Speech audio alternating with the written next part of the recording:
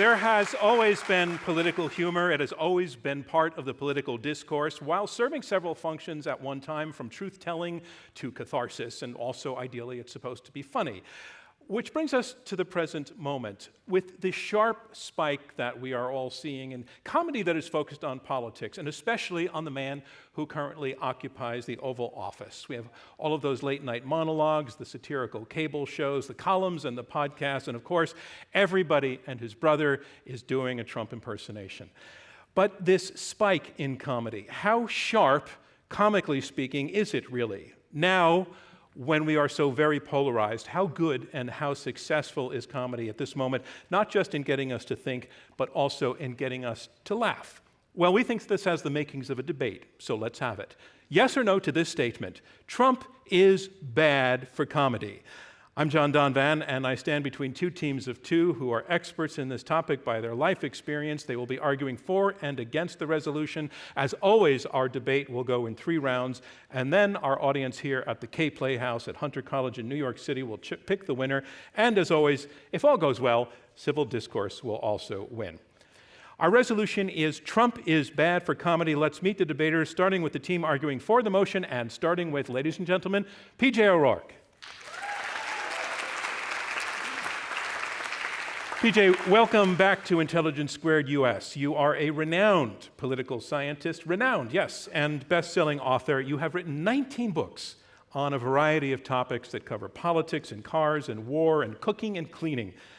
Your latest book came out this September with the title, None of My Business. So tell us, PJ, what is none of your business? Politics. I wish that politics were none of my business. If I had my druthers, I would never hear the word politics again and just stay home and drink scotch and let the world go to hell on its own. All right. Thank you, ladies and gentlemen. A look ahead at P.J. O'Rourke. And P.J.'s partner, please welcome Sarah Schaefer. Sarah, welcome to Intelligence Squared US. You are a stand-up comedian, you're a writer, you're a producer. You've already won 2 Emmy Awards. You've won a Webby Award for your work on Late Night with Jimmy Fallon. You were the co-host of MTV's Nikki and Sarah Live with comedian Nikki Glaser. When you were trying to break into comedy, which is a hard thing to do, you had a day job as an analyst at a securities fraud law firm. How did that influence your stand-up career? Well, my job was to calculate damages for securities fraud cases, and that was like really deep in spreadsheets. So I should not have been doing that. But I did, and it directly influenced my comedy because my first comedy that I did in New York was 2 songs, one about my cubicle and one about Microsoft Excel. So, write what you know. All right, ladies and gentlemen, Sarah Schaefer and the team arguing for the motion. And of course, we have a team arguing against the motion, and first let's meet Kurt Anderson. Kurt, you are the well-known host of the public radio show Studio 360. You are a best-selling novelist. You're a journalist. Your most recent books include Fantasyland, got amazing reviews. Also, You Can't Spell America Without Me, which you co-wrote with Alec Baldwin. You also co-founded way back the satirical magazine called Spy. That magazine did a lot of Donald Trump coverage. About 30 years ago, the magazine sent Trump a check for 13 cents. What was the point? It was the end of a very long con, appropriately, for Donald Trump, where we sent 58 famous rich people checks for $1.11. Those who cashed them, about 30 of them, we sent another check for 64 cents. Those who cashed those, 11 of them, we sent checks for 13 cents. 2 of the original 58 cashed the 13-cent checks: the arms dealer Adnan Khashoggi and Donald Trump. There you go. So that was the idea. All right, thanks, Kurt. And your partner, ladies and gentlemen, please welcome Billy Kimball. Billy, you are an Emmy Award-winning writer and a producer. You're currently working on the HBO comedy series called Veep, which stars Julia Louis-Dreyfus. So tell us, why is Veep so successful? Well, thank you, John. That's a hard-hitting but fair question.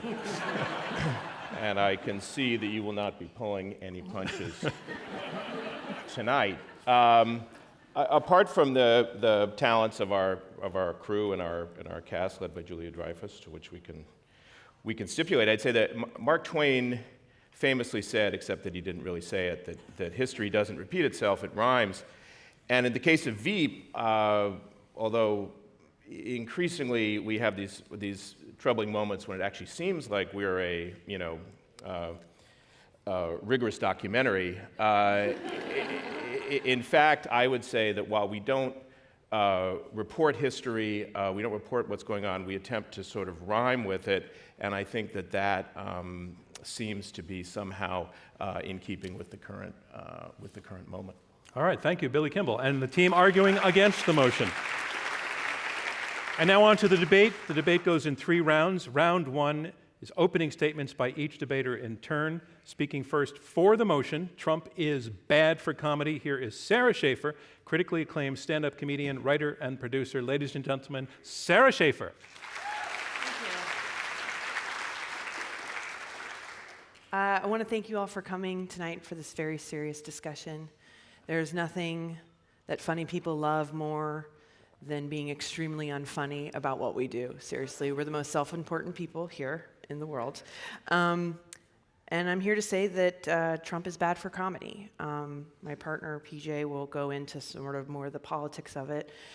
I'm going to talk to you about my real-world experience. Now, I want to preface this by saying I'm talking about the conditions for comedy. Trump is terrible for the conditions for comedy. I've experienced this firsthand in comedy clubs across this country. Now, as you probably have already realized, I'm not very famous, and I don't I don't have a huge fan base. I probably have maybe 1 fan in here tonight. Thank you, Dad, for coming. No, I don't have a huge fan base, so the people that come to my shows are random. I don't know who's going to be in there, and I have no control over it. God, I wish I did. I knew something was awry when, in 2016, I did a show in a club in Atlanta, Georgia. And I said 2 words. I said, Hillary Clinton. And I hadn't said anything about her yet, but a man in the front row went like this. That's when I knew something was wrong. He didn't even know how I felt about it yet, and he was already having a visceral reaction. Since the election, I've noticed a very palpable change in the environment in stand-up clubs. As a comedian, I have kind of a 6th sense. I can detect tight buttholes in a room. I can feel them. There are a few in here tonight, and I just encourage you to loosen just a little. We are debating comedy. And I've called these past couple of years the great butthole tightening. When I go into a club, I think Trump has made us all very tense. He has divided us down to a familial level. People have blocked their family members on Facebook. People have cut out family members out of their life. They've now found out that coworkers of theirs are now mortal enemies. Our neighbors. Everything is now divided, and it's very tense, and it's actually pretty painful. So when they come to a club and I tell a joke about Trump, the people that laugh are on one side, and the people that don't laugh are on the other. And now people are scared that a civil war is literally going to break out in the club. That's not a good condition for comedy. So either my audience is divided, or they don't want to hear about politics anymore because they're just sick of it. There's a fatigue of it at this point. Or they're on the other side, which is they want me to go off about politics. They want me to go off about Trump, but they don't even want me to be funny. They just want me to scream. Also not a good condition for comedy.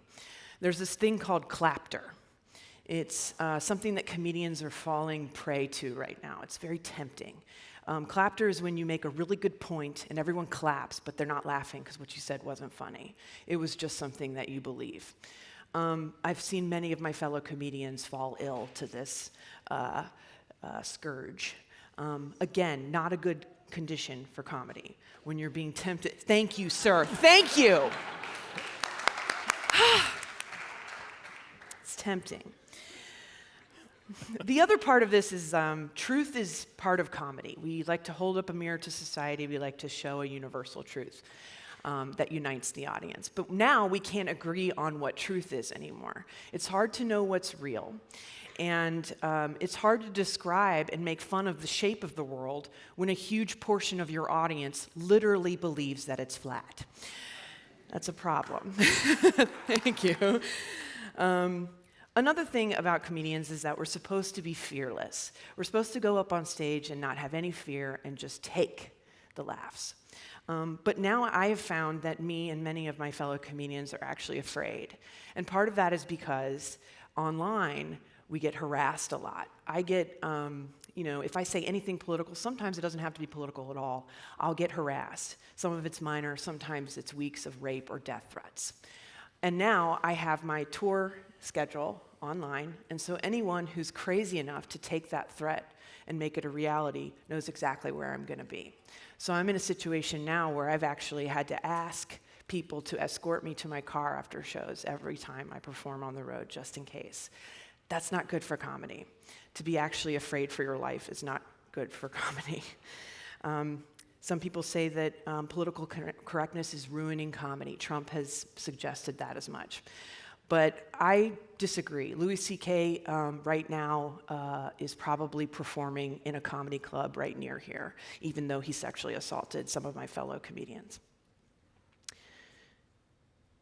In fact, if you make a joke about Trump in the wrong place at the wrong time, that's where the serious consequences are. You literally have the President of the United States bullying you online, encouraging his followers to go after you. You have the Secret Service stopping you at TSA, screwing your whole life up because you made a joke. You put a wrong picture up online making fun of him. You have your shows canceled because there's credible bomb threats on your shows. So I'm going to go out on a limb and say that the conditions for comedy aren't good because of all that. Comedians need to feel free to be able to say what they want to say in an environment, to break the tension, but to not have the tension break them. So, in conclusion, Trump is bad for comedy. Thank you, Sarah Schaefer. Our next debater will be arguing against the resolution, Trump is bad for comedy. It's Kurt Anderson, host of Studio 360, best-selling novelist and journalist. Ladies and gentlemen, Kurt Anderson. I just want to stipulate, first off, that our assignment here is about what is bad for comedy, not whether Trump is bad for America. I will stipulate that Trump is bad for civility, justice, decency, democracy, the fear ratio that comedians face, and all kinds of things, but not bad for comedy. I also want to stipulate or explain that here, what we're here to do is not prove that Trump is good for comedy, although we happen to think that there's plenty of evidence for that, but that he is not bad for it as a thing, not the individual lives of comedians or how difficult it makes comedy sometimes, but for comedy and for what the purposes of comedy are in society. And by the way, as you're voting after the thing, if we have convinced you at all that Trump has been good for comedy, that is by definition further evidence that he hasn't been bad for it. So bad for comedy, what does that mean? We've skirted around that, but there's two basic meanings that can have, right? The creatively, substantively, it makes for worse comedy. It degrades the nature level of comedy that's available. And the commercial parts. Is it bad for the comedy industry? Well, the commercial part is easier to quantify and have actual facts to support. So, take, for instance, The Late Show with Stephen Colbert. Went on the air September 2015 when Donald Trump wasn't going to get the nomination, when Donald Trump certainly wasn't ever going to be elected president, and foundered, got bad ratings, wasn't doing well. Was the show going to last? 16 months later, for the first time ever, the Late Show with Stephen Colbert beats what was then the #1 show, Tonight, starring Jimmy Fallon. What happened 16 months later? It was Donald Trump's first full week as president. And as Colbert became the delightful, brilliant, wonderful sort of face of the resistance on late night television, he assumed that #1 role in late night from then on. He has a third more viewers than the show hosted by the guy who patted Donald Trump on camera when he came on his show. So that's one example. Saturday Night Live, the season of Saturday Night Live that encompassed candidate, nominee, winner, President Trump for the first time, 2016-17, and included my friend and collaborator Alec Baldwin impersonating him, badly or well, you be the judge, had the largest audience, Saturday Night Live, for a quarter century. I think there's a reason for that, and I think it's Donald Trump. It's still happening. This fall's first episode in September was the highest rated first episode of Saturday Night Live in 7 years. So the other part, which is harder to judge, more subjective, which is the creatively, substantively question. It seems to me that this president and the crooks and liars who work for him, excuse the Trump bashing, and who enable him provide a kind of unprecedented geyser of rich material for political humor and satire. The downside of Donald Trump and these people who work with him is that everybody thinks they're a comedian because it is indeed so obvious and so easy. And even some professional comedians were indulging, as soon as he was running, the huge as a joke, or look, he's orange, and easy bad jokes, because it looked so easy, and because he's such a clown.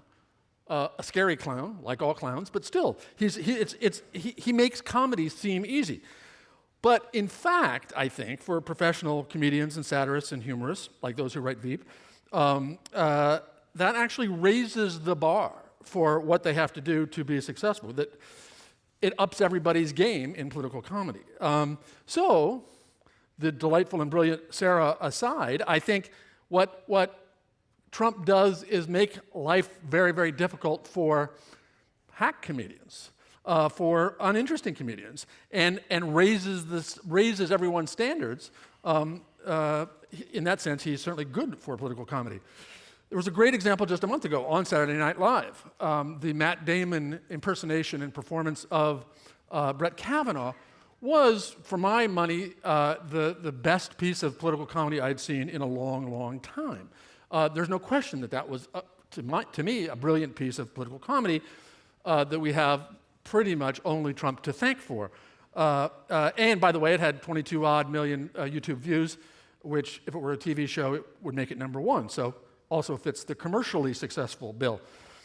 And I don't think, again, from my personal experience, going on the road to promote this parody Trump memoir with Alec Baldwin last year, these theaters full of people who were so delighted to laugh, not to just clap, but if Alec fell into his Trump impersonation for 5 seconds, it wasn't a one-man Trump show, it was a discussion where he would occasionally do his impersonation of Trump. There was such a sense of catharsis and pleasure in the audience. It certainly convinced me in a visceral way I wouldn't have had from simply staring at a screen all day, that the experience of comedy about Donald Trump is indeed very gratifying to those who appreciate it. They are dying to laugh in these troubled, terrible times. And to me, yes, the stakes are very, very high, higher than they've ever been. But is that bad for comedy? I don't think so. Thanks very much. Thank you, Kurt Anderson. You've heard the first two opening statements, and now on to the third. Debating for the motion, P.J. O'Rourke, political satirist and best-selling author. Ladies and gentlemen, P.J. O'Rourke. Well, he's certainly wrecked my sense of humor. I mean, we elected this giant infant to the White House, and in the White House, it's like having a loaded handgun in the home, except worse. It's the button. And sooner or later, this overgrown toddler is going to find it and set off all the nukes, and we're all going to die. Okay? But it's worse for me, because I'm a Republican. Now, try and put yourself in my place. I know this is New York. You're probably not Republicans. You're probably liberal Democrats. But aren't liberals supposed to be full of empathy for others? So try to empathize with me just for a minute. I'm a moderate Republican. Don't think basket of deplorables. Think gift basket of deplorables, okay? Yummy tax breaks and the fine wine of social tolerance arrayed on a lovely bed of fiscal conservatism, okay? I'm just an old-fashioned country club Republican, not even an exclusive country club. Everybody's welcome. Our golf course looks like Caddyshack would if the Gopher ate Bill Murray. Then I wake up and I find out that the one person on earth who would be blackballed at my country club is President of the United States. And he cheats at golf. That is not funny. We Republicans don't have many principles, but we're firmly opposed to cheating at golf. It is bad for the American way of life.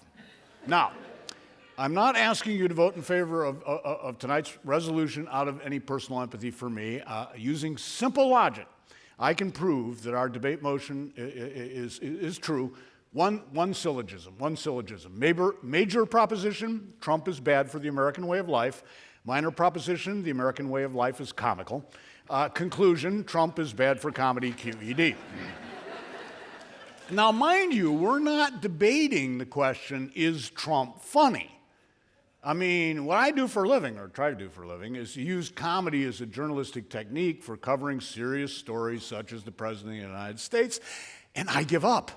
It is impossible to be funnier than this President of the United States. I've had some success in the past. I was funnier than Jimmy Carter, but I'm just not funny enough to be funnier than President Trump. Now, as to whether President Trump is funny on purpose, that is to say, is Trump crazy? Is he crazy like a fox? Or is he crazy like Fox News?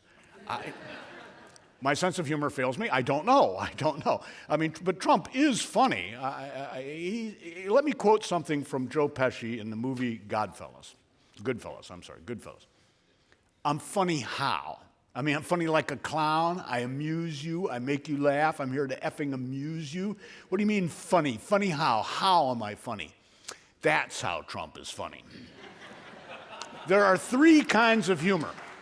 The three kinds of humor: parody, where you make fun of people who are smarter than you are; satire, where you make fun of people who are better than you are; and burlesque, where you do both while taking off your clothes. Now, Trump is not a fit subject for any of these three kinds of humor, especially the last one. I mean, please, President Trump, keep your clothes on. And I suggest that anyone who comes near President Trump also stay buttoned up, and something could get grabbed.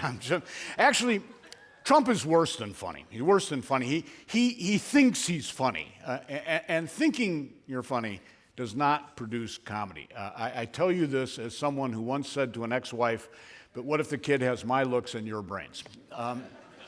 Funny itself isn't so funny, okay? Funny is actually kind of useless. I mean, humor is our response to the terrifying existential void. Humor comes to the fore when events render us impotent, and as men my age know, all events eventually do. We laugh when we don't know what else to do, but I would argue that Donald Trump is not someone who ever leaves us in a position of not knowing what else to do. Vote, for one thing. We can mock Trump, of course, or can we? I mean, Donald Trump does a better Donald Trump than Alec Baldwin ever has, you know? And we can mock Trump supporters, because I'm sure they can take a joke, you know? They'll laugh right along with us, right? Yeah, pretty soon they'll be giggling and saying, "Oh, ha, ha, ha, I guess you were right all along. Here, you wear the red hat," you know? Trump is a joke, but you can't make a joke about a joke, or you quit being the comedian on the stage and start being the heckler in the crowd because you're angry. Comedy, of course, has a lot to do with anger.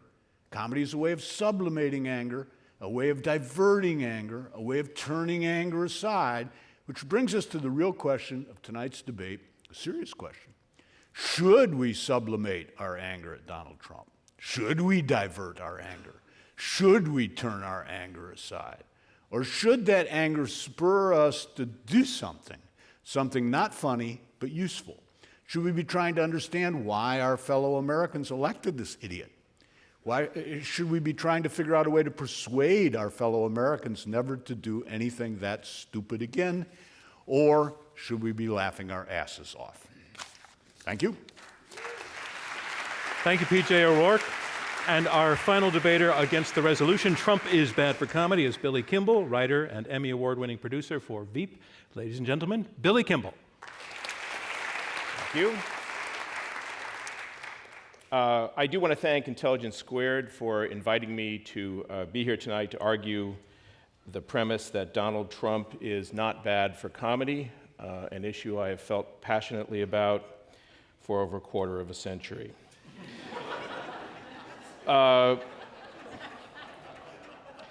As my colleague Kurt pointed out, we're not here. The bar for us, for our team, is not to argue that Donald Trump is good for comedy, though I'll take that position at least partially, but that he's not bad for comedy. And in that regard, I would ask you all to consider the contrapositive situation in which we might have found ourselves at this point if things had gone very differently on Election Day 2016, which is that we would have perhaps President Jeb Bush, or President Marco Rubio, or President Hillary Clinton, or even President Bernie Sanders. Would any of those people, with maybe the possible exception of Bernie, have been better for comedy than Donald Trump? I don't think so. I think we would be in a situation where we would see not only the shows that Kurt brought up with significantly lower ratings, but conceivably some of them off the air altogether. And the other question is, so when we talk about, as Kurt pointed out, we're not arguing whether Donald Trump is good or bad, and we're not arguing whether Donald Trump is good or bad at comedy. But I would argue that Donald Trump, whether or not you think he's funny, uses comedy, particularly ridicule, very effectively. And so in that sense, he's good for comedy, in that he's proven in a way that many people haven't, particularly the large amount of topical comedy that operates inside what I think Eli Pariser coined the phrase a filter bubble, but essentially preaching to the choir. Donald Trump actually gets his audience, and possibly some people on the fringes of his audience, worked up and on his side, and changes their minds by virtue of the way that he uses ridicule. And that is not something that happens perhaps as often as those of us who work in comedy like to think it does. I'm not sure if Jonathan Swift ended the potato famine. I have a feeling that maybe if we looked into it carefully, we would find out that he didn't. I'm not sure what Horace and Juvenal did and whether people at the time thought they were a laugh riot and took to the streets in an actual riot in response to anything they wrote. But Donald Trump's use of ridicule, of sort of visible contempt, whether or not you think it's funny, whether or not you think it's particularly good comedy, is inarguably, I would say, a form of comedy.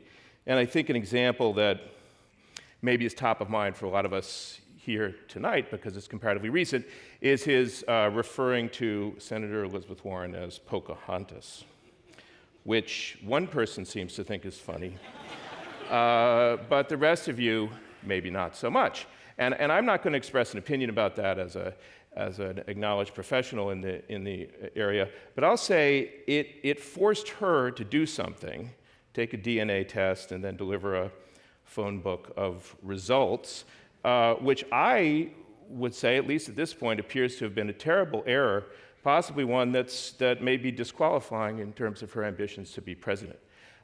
So that's an effective use of comedy that is good for comedy in that it proves its potency, but which perhaps is a bad thing in every other way that you can think of. However, if you agree with that premise, I believe you still have to support our side of the argument. So I'll turn back the last minute of my time to the debate, which I think you're probably all waiting for. I will report to you listening on radio or on the podcast that our opponents have left the stage. And I don't know, they were shaking their heads, and we're just going to try and carry on. So vote no, Donald Trump is not bad for comedy. That's what we're for? Okay. Thank you. And that concludes round one of this Intelligence Squared US debate, where our resolution is Trump is bad for comedy. Now we move on to round two, and in round two, the debaters address one another directly, and they take questions from me and from you, our live audience here at the K Playhouse in New York City. The team arguing for the resolution, Trump is bad for comedy, Sarah Schaefer and P.J. O'Rourke, are saying that conditions for comedy under the Trump era have turned sour, that when we cannot disagree on the truth, you can't really set up the premise of a joke in the first place. Comics are actually afraid. They're being harassed. The president's response to comedy is having a chilling effect in comedy clubs. They're saying it is impossible to be funnier than Trump. And also they ask the question, in the face of the phenomena of the Trump era, is comedy itself actually the most appropriate response? The team arguing against the resolution, Kurt Anderson and Billy Kimball, they're saying the issue isn't whether Trump is good for comedians, but whether it is good for comedy. They're saying yes, from the point of view of how the industry is doing. They point to the ratings of shows, late night talk shows that have been focusing on Trump and how well they're doing, how well Saturday Night Live has been doing. They also talk about the creative levels that have been reached. While conceding that there's a lot of bad comedy about Trump, they say that plethora of bad comedy about Trump actually raises the bar for good comedy about Trump, and that people are meeting that bar. Trump himself, they say, is engaging in comedy, and that's part of the whole process as well. And bottom line, they say, because of Trump, audiences today are dying to laugh. So we're going to peel a lot of that back, and I want to start with this question of the audiences, because both sides have taken different points of view on what audiences want, what they're primed for, how they're responding, and how they're reacting. And Sarah, I want to take it back to you, that this notion that audiences are dying to laugh that Kurt Anderson laid out. You challenged that, I think, to some degree in your opening statement, so take a response to that. I took a little issue with the wording. It's like, people are actually dying because of Trump. So they're not dying to laugh, maybe. But I feel like it depends on the audience. The people coming to see Alec Baldwin are coming to see him because they like what he's done, regarding Trump. So I'm coming at it from I'm getting really a mix of people when I perform. And it's not partisan. I really think a lot of people just don't want you to bring up politics right now in a comedy club or in a way that seems attacking. But right now, even just a mention of something seems attacking. I feel like people come to it's the only art form that people show up to. They'll go, let's go see comedy tonight, and they won't research what kind of comedy it is. So I'll get people in the audience leaving if they feel like I'm not on their side, or heckling in a way that's very political. And then I'm angry. And now I don't know what to do with that anger necessarily in the moment. You hope to be talented enough to turn it into a hilarious joke, but sometimes that's really difficult in the moment. I think, yes, people need to laugh right now. They do. They need a release. I just take issue with that Trump jokes are necessarily the way to do that. Well, we can take that to Kurt Anderson.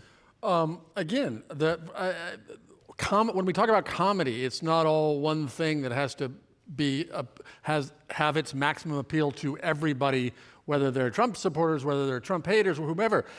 All comedy, it seems to me, or nearly all comedy and humor and satire, we're not only talking about stand-up perform comedy, has an audience. And so the audience for political humor may not be, most of many of your audiences, but there is obviously, and in my more limited experience, this fervent desire for Trump comedy, for better or for worse. I would also say that to the idea that, Trump is too terrible and Trumpism is too terrible to deal with in a comedic fashion. I mean, one of the greatest movies of all time, To Be or Not to Be, made fun of Nazis during World War II. The great Stanley Kubrick film, Dr. Strangelove, made fun of the end of the world in the nuclear Armageddon at the height of the Cold War. So the idea that somehow, because this guy and what he represents and the movement he is leading is so terrible, which I gladly stipulate, is not, to me, an argument that, comedy and humor is not the way to go. P.J. O'Rourke, to respond to that? Well, I was thinking about in Chaplin's The Great Dictator, Kubrick, the same thing. is that those works of art, those comic works of art, offered an alternative view to the standard view that was on deck at the time. And in that sense, I would say that having been like a teenager when Dr. Strangelove came out, that it actually sort of changed my mind or made me actually think about what the prospect of nuclear war actually might mean. And that's why you became a pro-war guy, I guess, after that. That took years and years. Yeah. It wasn't until the draft was over that I became pro-war. Gotta keep an eye out for.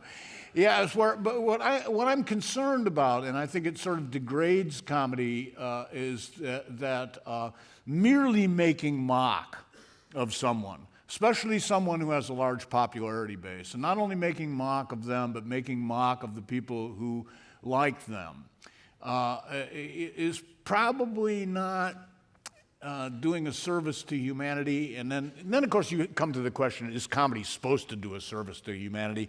As a former editor of National Lampoon, obviously the answer was no with that. So I couldn't stand too firmly on the idea that comedy ought to do a service to humanity, but it's worth giving a thought. And mere mockery is not changing any minds. If anything, I would say that mockery of Trump supporters is probably solidifying his support. What do you think of that argument, Billy Campbell? I think you're talking to me, Billy Kimball. Can I ask you the question again so that we can edit it as though that never happened? Sure. What do you think of that, Billy Kimball? Oh, I'm so glad you asked me, John. John Gonvin. Yeah.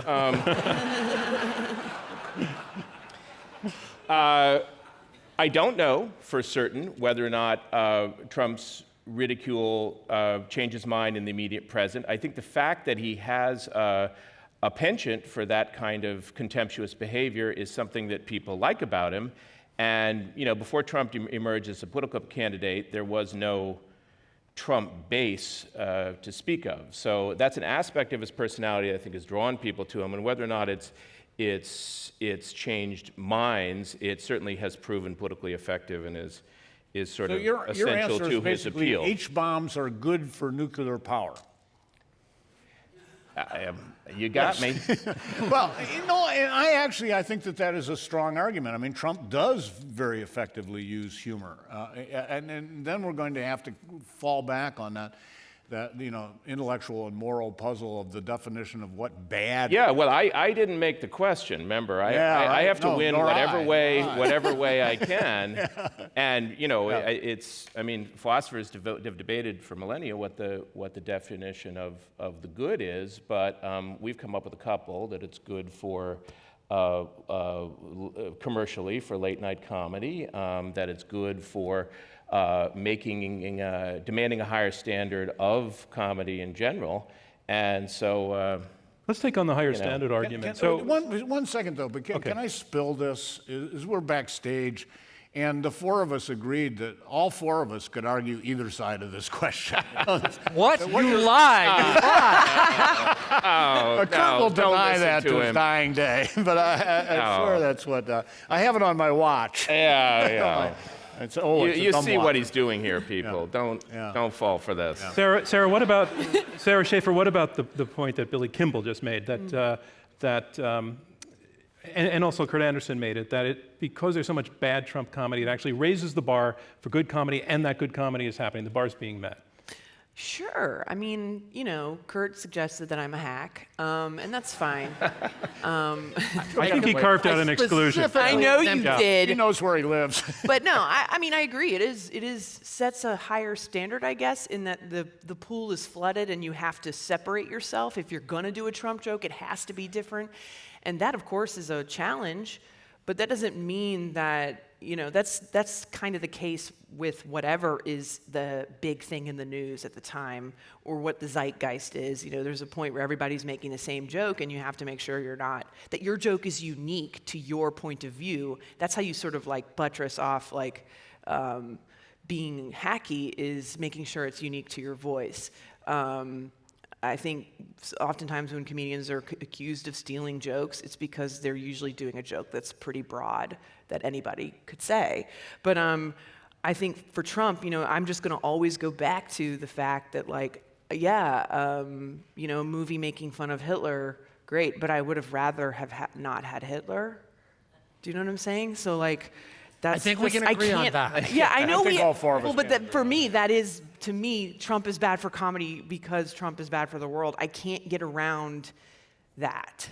It just always comes back to that for me. I mean, I do think there was, the argument I was making earlier about other presidents. I mean, I think we can look at moving rapidly past whether or not we're pro or against Hitler. I do think we can look at a particular low watermark in what I guess you could call political comedy, but only barely, which was the Clinton presidency when Jay Leno did 2.5 years of Monica Lewinsky jokes, which I have to believe, I don't know this for a fact, but that he was sick of very quickly. But that was what constituted political comedy in that moment. And what you have with Trump is this: you had a single subject under Clinton that dominated all others. And with Trump, you have this, frequently commented on kind of cornucopia of hourly riches of things to use as an actual premise. And I'd say in that regard, it's not simply raising the bar in terms of demanding a higher quality, but it's also a much more vigorous workout for comics. And let me just, I think specific examples of great comedy that come out of this are useful, and ones that maybe a lot of people have seen. I think of another Saturday Night Live sketch from before his election, one of this series of sketches they do called Black Jeopardy, where the basic premise is, and it was a beautifully done, incredibly sympathetic, the absolute opposite of ridicule of Trump supporters that PJ warned about, where Tom Hanks plays a Trump supporter who finds, along with the black contestants on Black Jeopardy, that they have a lot in common. It was a genius piece of writing, and made people of all sorts, I think if not more sympathetically, at least differently, and perhaps more sympathetically about the set of mental habits that led people to be Trump supporters, and that makes these apparently very different people all Americans. So and I could go on. There are examples of brilliant comedy out of the Trump nightmare. Let me take that point to Sarah Schaefer. So what your opponents are saying is they're citing some examples. Mm-hmm. You're talking, I think, about a broader experience, but it's firsthand. So yeah, I know. What do you make? What do you make? Doesn't look like the other in this panel. But what do you make of the fact that they can point to some great examples? Does that nail the case for them? Yeah, of course. I mean, I laughed at all those things, and I think there's been definitely. There's been some really brilliant comedy about Trump. Some of which include my own jokes about him.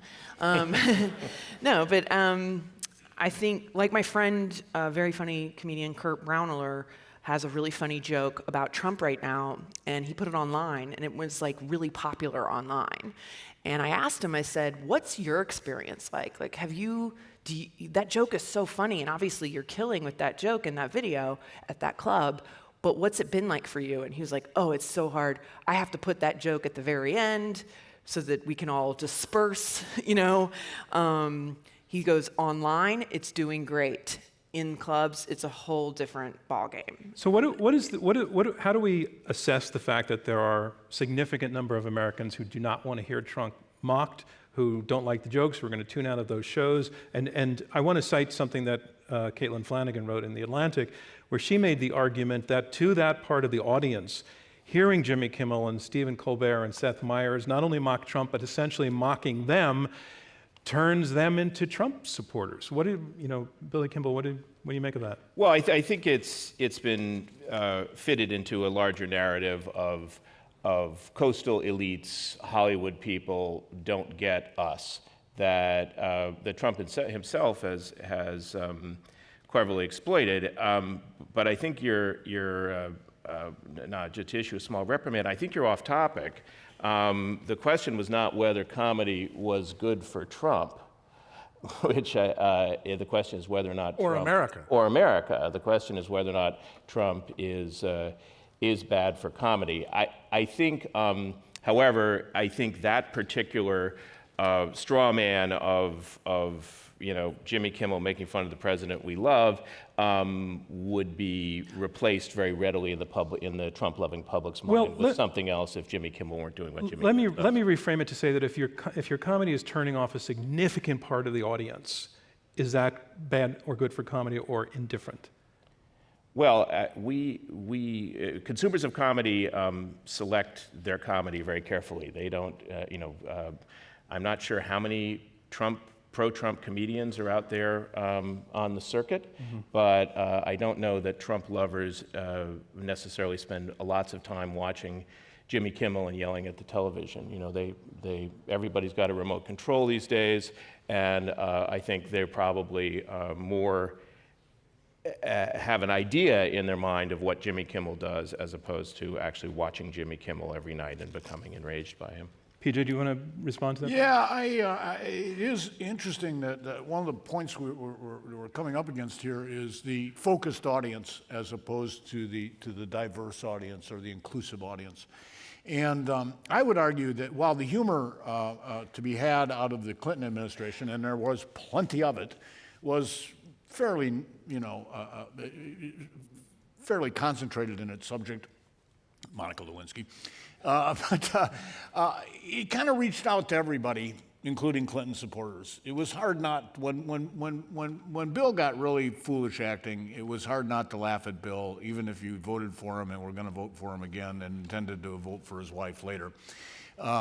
And in that respect, it was not nearly as divisive, and it was also good comedy in the sense that that it showed us what we had in common. It had that Jeopardy. I mean, one of the reasons your example of that Black Jeopardy skit is so powerful is it is such an exception to most humor, either about or by Trump.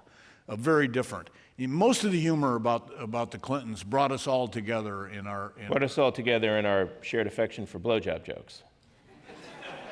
You said that. I did not say that. See, but the thing about what was true in 1993 and 96 and a generation, more than a generation ago, is there were not 500 cable channels. There was essentially not yet an internet. The culture had not been fractured and balkanized. So you can complain about that, but that's not, again, that's not unique to comedy. And again, that's not the question of whether Trump is bad for comedy. One of the problems I have with Trump is that he tends to move us off into serious subjects, and subjects that aren't very good comedy material, one of which is balkanization of culture. I mean, there are jokes to be made, but it's not a laugh riot. Another thing is the nature of populism, and both as it manifests itself on the right and on the left. The nature of populism itself, which brings us to the question of like the total expansion of government to the point where government claims to have some sort of answer to everybody's problem, able to provide every kind of justice, not just legal justice, but economic justice and emotional justice and so on. Therefore fails, therefore everyone is angry at the government. You see how this is not leading to a comedy routine, but it does lead to. I feel like we're slipping into our libertarian debate. Yes, we are. And if we're going to change the proposal that Trump is bad for America, Trump is bad. No, but we're not. We are not. Populism. We are not doing that. We're not doing that. But I want to bring it back to Sarah just to button up this point of when there's a large part of the audience that doesn't want to hear the joke. Is that relevant to this question of Trump being bad for comedy? Yeah, because I think that if you want to be a wildly successful comedian, you do have to reach past the bubble that you're in. Mm-hmm. And as much as I would love for my audiences to be filled with just one type of person who thinks just like me, I think I would get bored with that and it would just be too easy. I'd like to try and be funny to as many people as possible. I think that's every stand-up comedian's goal. And Trump is making that really hard and fractured a little bit. And I'll just finally just say one more thing. I have to say this, but like, Billy, you argued like Trump used the word Pocahontas, which is a racist slur, to make a joke about Elizabeth Warren. And Trump, to me, uses comedy not effective. Yes, it's effective, but he uses it as a weapon and a defense. So he uses it to rile up hate, and he uses it to punch down. And then when someone goes and shoots up a synagogue, he's like, well, I was just kidding. And it's like, it feels insane. So no, in that way, to me, Trump is bad for comedy, and it's, Bad for sucks. its reputation. Well, again, stipulating that Trump is bad, we are all agreed. But to the point that Billy made earlier of this weaponized comedy, proving for the first time after debate as long as I've been aware of the idea of humor and satire and comedy, that, whoa, does this actually have any political effect? Yes, it does. And I think back to the person who was my favored Democratic candidate until last October, when his life changed, was Al Franken, thinking, my God, this guy could take it to this president where he lives and be both serious and substantive and fair and rational and all the things that Al Franken is, but also not attempt something he has no ability at, as Marco Rubio did about the short fingers during the campaign. So I mean, Trump has indeed weaponized comedy. He's also tweeting back to comics. Well, And I'm wondering, if you're a comic, do you think, wow, I got a response from the president, that's really good for my comedy, and therefore it's good for comedy? no. No, okay. I'm going to address that in my closing argument. Okay, we'll hold off on that. One other thing I want to do before we go to audience questions is I want to refer back to something that Kurt said in his opening, that there's the Trump and the circle around him provide this geyser of material.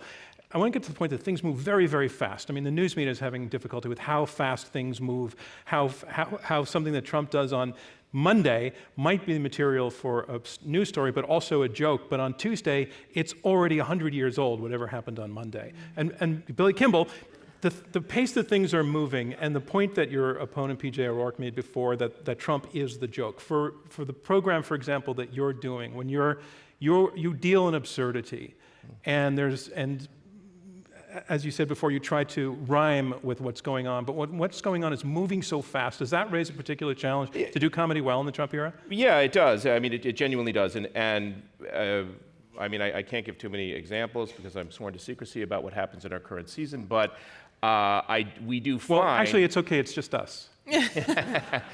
I mean, for example, there was in the previous season, one of our scripts, there was a comment, a joke about the show's, among other things, very dirty. And if anyone is listening on NPR with small children in their car, you might want to change the channel. But there was a joke about a golden shower. Probably most children listening will be fine with that. It sounds nice. And we had to go back and edit it out after that became a topic related to Trump. We never, I mean, who would have thought that we would have had to remove a reference to a golden shower in Veep because the president would somehow beat us to it? And that sort of thing, I will say, you're absolutely right. It does happen with this incredible Klondike of material. I'll say, if speaking strictly personally, Trump has made our job on Veep a little bit harder. Trump has been bad for the process of comedy as it bears on what we do in some respects. but no pain, no gain. But exactly, yeah, we're bigger and better and I stronger. want to go to audience questions, and right down there. Hi, I'm Grace. Hi. I think other frequent consumers of Intelligence Squared debates would agree that this has probably been one of the funnier debates we've ever heard. Yeah? So given that truth, how is this debate either evidence for or against your proposition? Ooh, meta. That's exactly what I said when they asked me to do it. I was like, well, arguing this, I'm gonna be funny, because, I mean, a little. I'm not killing tonight, which is really in my head right now, but I actually said that. I was like, well, just by nature, I'm gonna try to be funny on stage, and then that's gonna go against my own point. So, I mean, I concede that, you know. But. Kurt, you'd like to respond to the question? I'm sorry, I didn't hear the full question, but I can infer the question from Sarah's response. Yeah, the question was, we're having a lot of laughs tonight talking about Trump and comedy. Does that mean, I think... Case closed? Yeah, case closed is what you're saying. Yeah. Well, I think it actually, yes, goes to that. It is evidence for that. And I, too, will defer, as Sarah did earlier, about things I don't want to say that I'm saving for my powerful closing argument. But Nobody's going to leave. It's going to be amazing. but I think it is, and the laughs that Sarah and PJ have gotten each time, I have quietly and silently applauded as further disproving their proposition. Okay, another question? Sir. Richard here. This, I think, to Sarah, Ms. Schaefer first. A lot of the items you identified for the problems you encounter out on the road go beyond comedy and the divisiveness, the reluctance to put certain things on the table and so forth. If it is, are you suggesting that the topic is simply off limits? Or what is different from it being off limits for comedy, as you suggest, and not off limits for criticism? Because if one of the functions of comedy is to criticize, that suggests it's just off limits altogether. Right. I'm always of the camp that nothing is off limits in comedy, even stuff that is really offensive or whatever. I mean, if you're going to try to make a joke about something offensive, that's on you. You have to deal with whatever the audience reaction is going to be. So I think, no, Trump is definitely not off limits. I think it's sort of like a plague, you know? It's like kind of toxic, it's difficult to do. And yes, it does speak to like, oh, you have to raise your standards, but sometimes it's like, what am I trying to do here? What point am I trying to make? And is a joke about Trump? Like for me personally, just so you know, like my jokes right now are about what it's like to be an American as opposed to about Donald Trump. That's my way of dealing with it, so. Okay, the question was addressed to Sarah. If the other side would like to respond, they can, or I can move on. Okay, I'll move on. Hi, Adina here. When I ask myself if something is good for something else, I have to think of sustainability. So think of the analogy, is coffee good for energy level? If I'm a huge coffee addict, I'm certainly going to feel great when I drink it, but I'm going to have a crash that I wouldn't have had later. And if I don't drink it the next day, I'm going to have a really bad headache, and my energy level would not be what it would be if I weren't a coffee addict. To your point about the numbers happening on the industry of television comedy now, what happens when we take Trump away? Can the industry even stand on its own 2 feet? Dina, come up here and join the team. Get her up. Can we put Dina on our... That is certainly Donald Trump's argument, who says again and again and again, the media needs me. The media needs me. That's why I'll be reelected. The media will make sure I'm reelected. So that is Donald Trump's argument. And I think you make a great point about sustainability. And to that point, I would say, yes, a second term of Trump would be bad for comedy. We're not there yet, thank goodness. Do you want to pick up on that, or you've already made your point that you really like that question? No, Dina made our point. Right down in the second row here, please. Hi, I'm Barbara. Would you agree that the jokes are not about Trump, but Trump is really a concept, and it's about everything that relates to him? Sean Spicer, Sarah Sanders, the female Tom Carvel. I mean, in other words, he has spawned a whole bunch of incompetence around him that are all ripe for the jokes. But I know you're laying out a premise, but is it going to lead us to whether Trump is good or bad for comedy, for them to debate that question? Well, the thing is that, yes, isn't he good I'm not convinced yet, so. Isn't he good for comedy because he has actually broadened The cast of characters? Yeah. I'll take it. I think that's a challenge to decide arguing. You know, the thing is, you know, to get really technical and legally, lawyerly about this, comedy comedy implies a happy ending. I'm not seeing one here. I would say that's like the core of our argument on this side. I mean, Aristotelian aesthetics, when you're talking about what comedy is and what tragedy is, divine comedy is not a lot of laughs. especially as you get through Purgatorio and Paradiso. But it has a happy ending. And I'm just not seeing a happy ending in that. And so just on that, even though he has spawned many comic characters, and we supply side people thank him for that, I would not say it's good for comedy in the sense. Well, it's good for dark comedy, which rarely has or often doesn't have happy endings. So we can get into the debate about various flavors and strains of comedy. But yeah, we could. I mean, I would say that you know, the ancillary characters often have served that purpose in previous administrations. So the president himself, or I was going to say herself, but what am I talking about? When the president was colorless or somehow less interesting, you know, you had your Billy Carters and your Dick Cheneys. And, you know, so that's always an aspect to it. But I think, just not to reward his misbehavior, but to ask to David's point, we all need to remember as we talk about the premise actually isn't even political comedy. But there's a whole realm of comedy that's going on outside of the political world that is in various, you know, degrees of historical goodness or badness. But while a lot of comedy is Trump, not all comedy is Trump, and there's plenty of other things out there that are going on, and comedians who you work with, I'm sure, are still doing, I hope, you know, airline humor, and if they don't choose to engage on Trump, they can just deal with audiences on that traditional ground. Yeah, absolutely.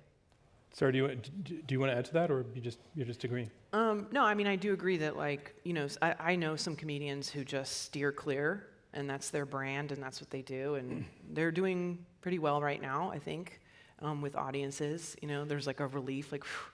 But one thing I've noticed when I do tell a political joke is I'll get this kind of laugh, and then, like that noise at the end, because the reality sinks in. Like, it's funny, but I'm scared, you know? Sarah, is it also the case that there are liberals who don't want to hear Trump jokes? Absolutely. In all of my audiences, there's people that I can tell they're just... Now, look, I can't tell usually by looking at someone. Now, there's some guys in the audience that you're like, oh, Lord, that's a Trump supporter. You can just tell by the way they look at me. But no, you really can't tell who people are in the audience. You can tell by the way they react to certain jokes, or if they heckle or verbal or roll their eyes in a certain way. But I have heard from liberal audiences, like, you know, feedback, like, I just don't want to hear about this stuff right now. I just want to laugh about something else. Okay. It's no laughing matter reaction. Kind of, yeah. Sir, on the aisle. Hi, I'm Alex. I think you touched on that. What about the deterrent effect? People are literally being threatened with death for making jokes.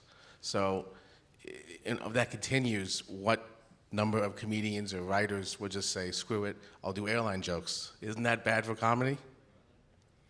It's a very speculative question, but I think it probably is one everybody's thinking about. Is the thing that you're talking about, Sarah, like going to grow or not? And so much that this depends on venue. I mean, I don't think Veep's ever going to be in trouble in that way.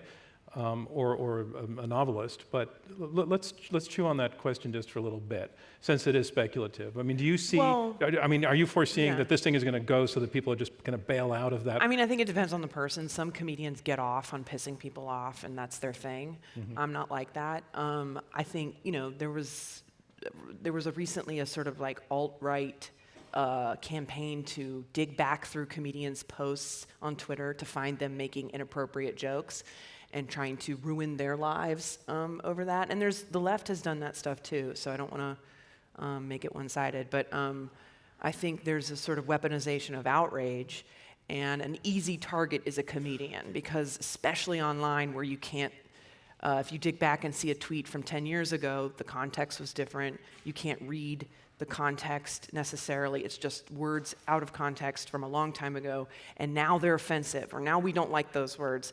And that has been something that's also come into play. And that's not necessarily a Trump thing. That's like an outrage thing.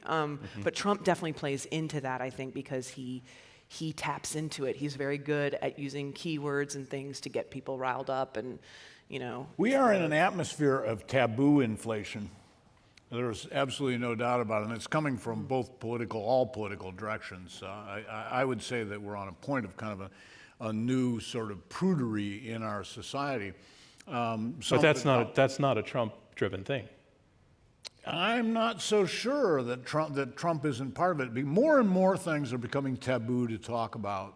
I would say it's the other way around. I think you're right. There's an argument that the reaction against PC and taboo enlargement and all that is a real thing and a real argument to have, and indeed drove people to Trump. But I don't think Trump drove it at all. And I don't want to. Billy said a thing that I think is an important point, and I want to reiterate, which is that no, and to Sarah's point too, that most comedy and most satire and most humor, stand-up, print, film, television, is not about Donald Trump. Has nothing to do with Donald Trump, and it's going great. And there people are being funny. So really, the implicit part of this question is can there be such a thing as good Trump comedy? We think there can be. But moreover, this larger thing is it hasn't ruined it. Sarah still has a brilliant career, and so do all kinds of humor creators and comedy creators who I think an angry atmosphere in a society, especially when it is producing perhaps or combined with taboo inflation, where there are an increasing number of things that are taboo to talk about, or taboo to talk about in certain places, or in certain groups and so on. And you combine this with an increasing anger in society, and the result is bad for humor. I would say, but I'm curious about this, PJ, because I think one of the things that seems to be frequently claimed about Donald Trump, and maybe Donald Trump says about himself, is that he participates in the breaking down of accepted norms of discourse and the widely accepted idea that both sides have become increasingly uncivil or incivil, whichever is the correct word, to each other, is happening perhaps simultaneously with what you argue is an inflation in taboos. So if that's the case, if taboo inflation is what's being bad for comedy, then I would say Donald Trump is a force in society standing firmly against that by virtue of his own taboo-breaking behavior. And a good part of comedy and humor has always been approaching taboos and breaking them. And that's what makes people laugh, because look what she said, look what he said. Yes, the self point from the head down. Yes, if you could stand up, thanks. Hi, Daniel. As Mr. Kimball said earlier, perhaps comedy is a little too good for Trump, and therefore I'm curious for the side against the motion if they could see, if the dictator was good for Hitler, would that affect how good it was for comedy?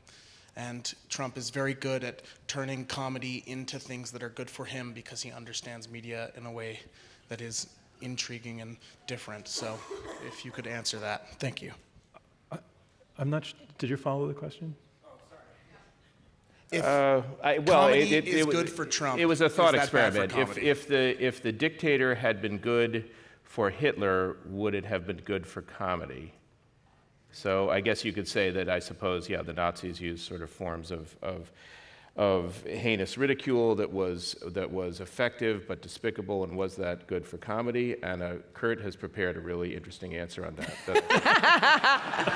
I'd like him to deliver to you now. I honestly, I can't tell you how many times I've been in conversations, sometimes on a stage even, about, and certainly asked by journalists, and especially in the age of Trump, well, what can satire do? Can it really have an effect? And I think, even though we're seeing the ill effect of Donald Trump going to Mississippi and talking to his partisans a month ago about Dr. Blasey Ford and doing a comedic riff about her lack of credibility, it was a comedy riff, and they laughed. And that's not obviously the first or last time he'll do that.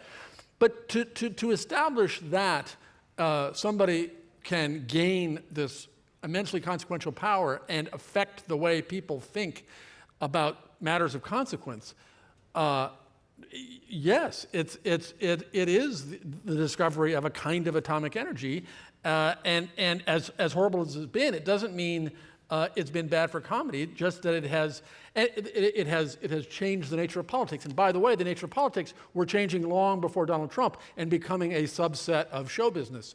This is just the latest permutation of the show business politics merger. Sarah, I feel like you want to respond to that as somebody who talked about weaponization of humor before. Yeah, I mean, I think, and there are comedians who disagree with me on this, but I think comedy is at its best when it is punching up and it's about power dynamic and stuff. And so Trump's version of comedy is, slurs and making, just middle school humor. And what that does, it doesn't change his supporters' minds. I think it unleashes what was in there already. It's like, oh, we get to say that now? Yay! And that's disturbing. It's an emboldening hate speech in a way. But I think, and I do think there are a lot of comedians doing great comedy that subverts Trump, but I think I agree with PJ's question, or I think it's an important question, which is that the best way to fight Trump? I don't know that answer to that question. One other thing is that it's interesting. One reason I would say that Trump is bad for comedy is that because of the point I made that Trump is a comic and he's a lousy one. Now, if you take somebody that many of you people in this room, some of the older people in this room probably disagreed with too, the rest of you weren't born, Ronald Reagan, he was funny. He was funny. I mean, a guy's laying on the operating table after being shot and looks up at the doctors and says, "I hope you're Republicans."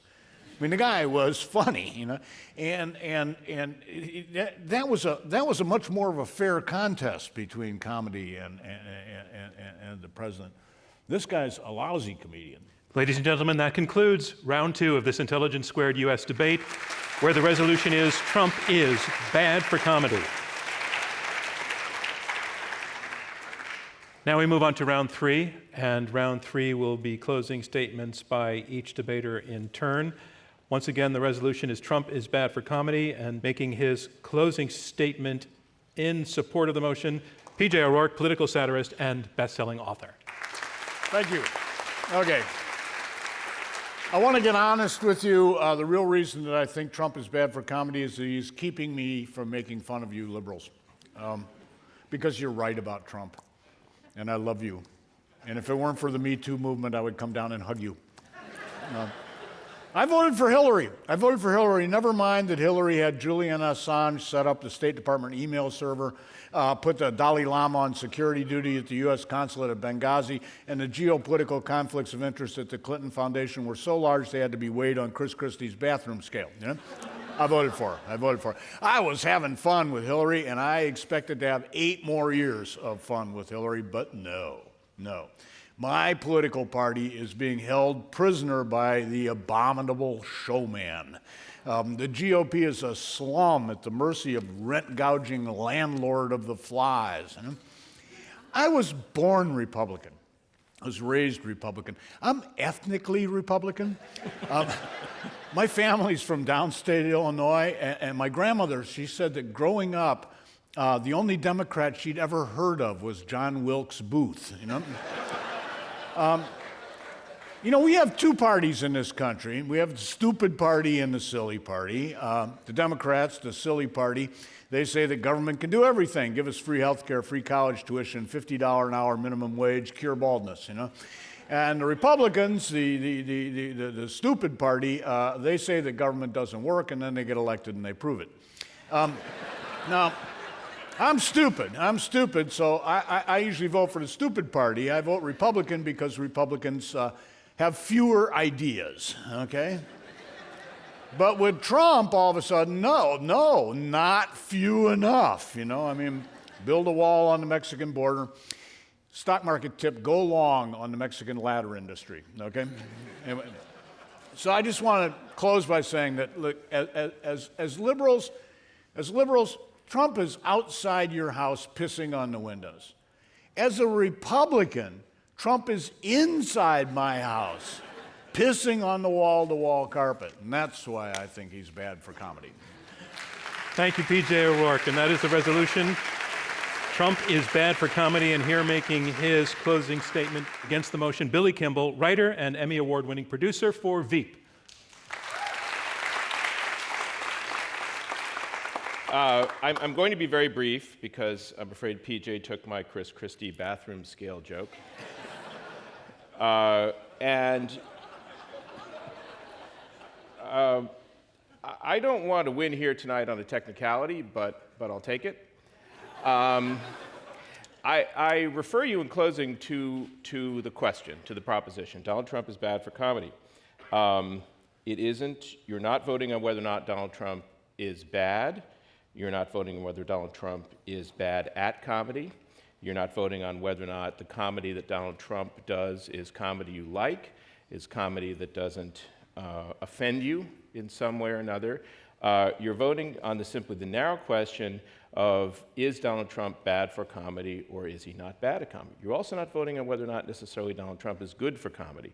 We've taken aim at that target, but that's exceeding our brief.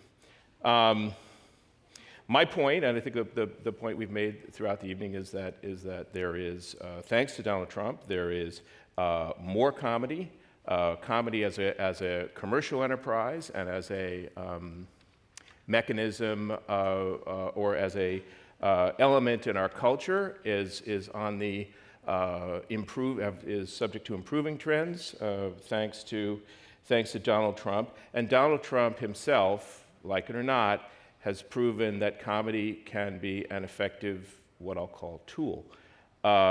So as much as we may not like what Donald Trump uses comedy for, he has shown us a way forward for perhaps a more effective and potent use of comedy in support of the arguments and the candidates that we do believe in. And in that sense, he's given the art form some new life. I do also like to remind people that, I think people flatter themselves that they live in the worst of times, the best of times. There was time within living memory in the end of the 60s when there was active violence in the street and more potent disagreements even than we have now. There was a time in the century before that when the debate became so uncivil that there actually was an uncivil war. With that in mind, I wouldn't ask you to despair too much of the partisan moment, but to look forward to a brighter day.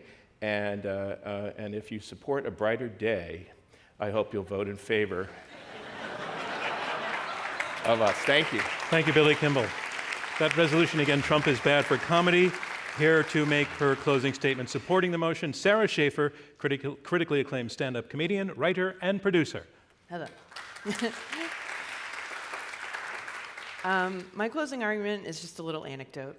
A few months ago, some friends of mine and I, we were all individually approached to be a part of a new TV show hosted by a left-wing media personality. The show did not go forward, so don't try to figure out what it is. We were approached individually, like to be a writer, correspondent on the show, different roles. And my boyfriend, when I told him about it, his first response was, "Are you sure you want to do this?" And it would be a huge break for me financially and career-wise, reputation-wise. But he immediately, and he's someone who would never question that trajectory. And he was like, "Are you sure you want to do that?" And I was like, "Why?" And he was like, "Because it might ruin your life and it might threaten your safety if you want to be in that bullseye." And I thought about it and I still applied. And a friend of mine also applied, and she got as far as going in for an interview. And while in there, the host apparently said to her something along the lines of, "If you do this," as a pitch to her, "if you do this show, Trump will know your name."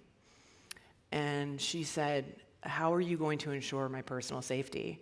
And they laughed it off. And they were like, "You'll be fine." And she turned it down. So my final point is that if comedians, who are truly the most desperate people for attention and fame, are turning down huge opportunities because of Trump, then yes, Trump is bad for comedy, obviously. Thank you, Sarah Schaefer. And that's the resolution. Trump is bad for comedy. And here to make his closing statement against the resolution, Kurt Anderson, host of Studio 360, best-selling novelist and journalist. I noticed during the middle part of the debate, Sarah said a couple of things, several things, in fact, that I thought, oh, good, she's on our side. She's proving her point. She said, for instance, there's definitely been brilliant comedy about Trump. Hard to argue that Trump is bad for comedy if that's a fact. She said that, no, she knows plenty of comedians who steer clear of Trump and are doing great. Again, hard to argue that Trump is bad for comedy if that's so. Also, he is not bad for comedy because it's so easy to get under his skin and has been since I started doing it 30 years ago. He gives comedy the power to unsettle him, and comedy at his expense really does upset him, which strikes me as good for comedy and America. It's a twofer. He raged when SNL, in particular, raged when Saturday Night Live had a sketch of him being the dim-witted child to Steve Bannon, who was really in control. He has written multiple angry tweets about my collaborator Alec Baldwin because of his impersonation of him. He was angry at me and my co-editors at Spy Magazine 30 years ago when we started calling him, when we covered him and ridiculed him and journalistically exposed him, but also and especially when over and over and over again we referred to him as short-fingered vulgarian Donald Trump. Every time we referred to him in Spy Magazine. And it still stings. Within the last couple of years, he has sent a letter to my co-editor saying, no, look, my fingers are really normally sized. You can't ask for much more comic success than that, it seems to me. Now, seriously, I get Sarah's point. The stakes are very high. The stakes are very high for America. Go vote next Tuesday. The stakes are, of course, naturally high for comedy that is engaged in the big issues of America. They're going to be. And it's going to be scary for comedians. It's going to be scary for critics. It's going to be scary for journalists. It's scary for us, and that's the way it is. So yes, Trump has been bad for America, but not excessively or uniquely or worse for comedy than he is for the rest of America. I think, and finally, I think comedy has an important role as a canary in this particular mine we've been trapped in for the last 2 years. Because as long as we can still find things about this nightmare to laugh about, he has not yet won. Thank you. Thank you, Kurt Anderson. And that concludes round 3 of this Intelligence Squared U.S. debate, where the resolution is Trump is bad for comedy. Our debaters really made this interesting and useful, and it was serious while funny, and I just want to congratulate them for the spirit in which they met one another on stage. So PJ O'Rourke and Sarah Schaefer and Sarah, everybody in this room knows your name now. So onward. And I also want to say the same thing, thanking the team of Kurt Anderson and Billy Kimball and Billy Campbell. The three of you were spectacular, but also you just made it all so interesting. And again, thank you all for what you did on the stage. I have a question I'd actually like to put to you. This is not part of the competition. It's just something we would be curious to hear from all 4 of you. Since we had a long talk tonight about comedy and everyone agreeing that some people are doing it really well, I'll start with you, Kurt.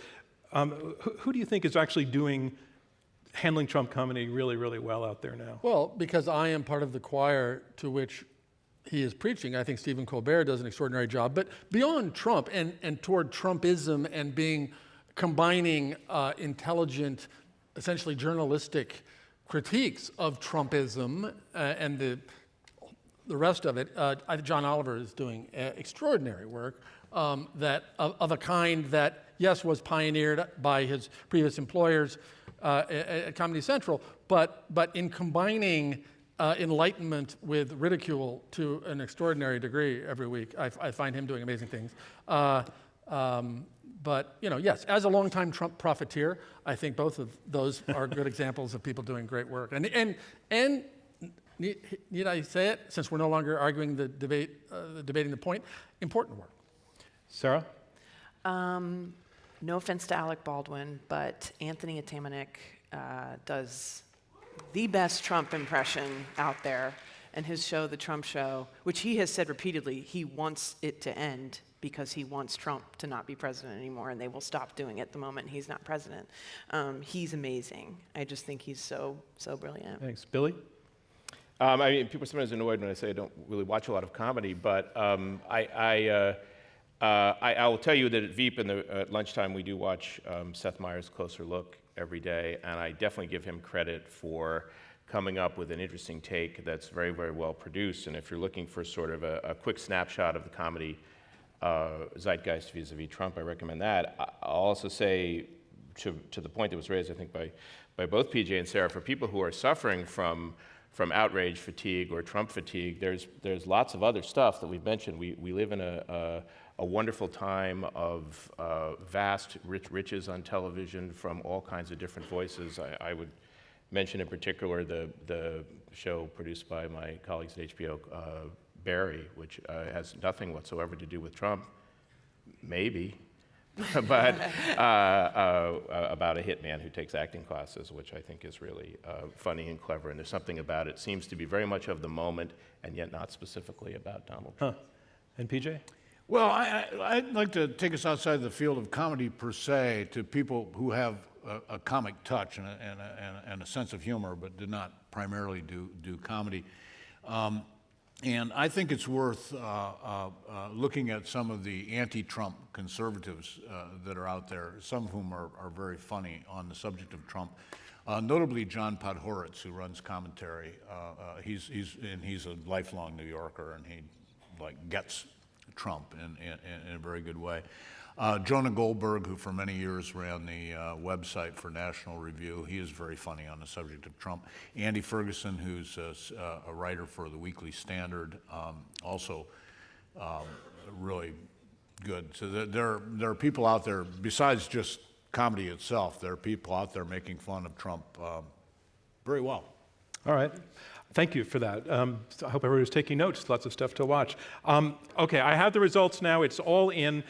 Once again, reminding you it's the difference between the first and the second vote that determines our winners. The resolution, Trump is bad for comedy. In the first vote, 35% of you agreed with this resolution, 42% disagreed, 23% were undecided.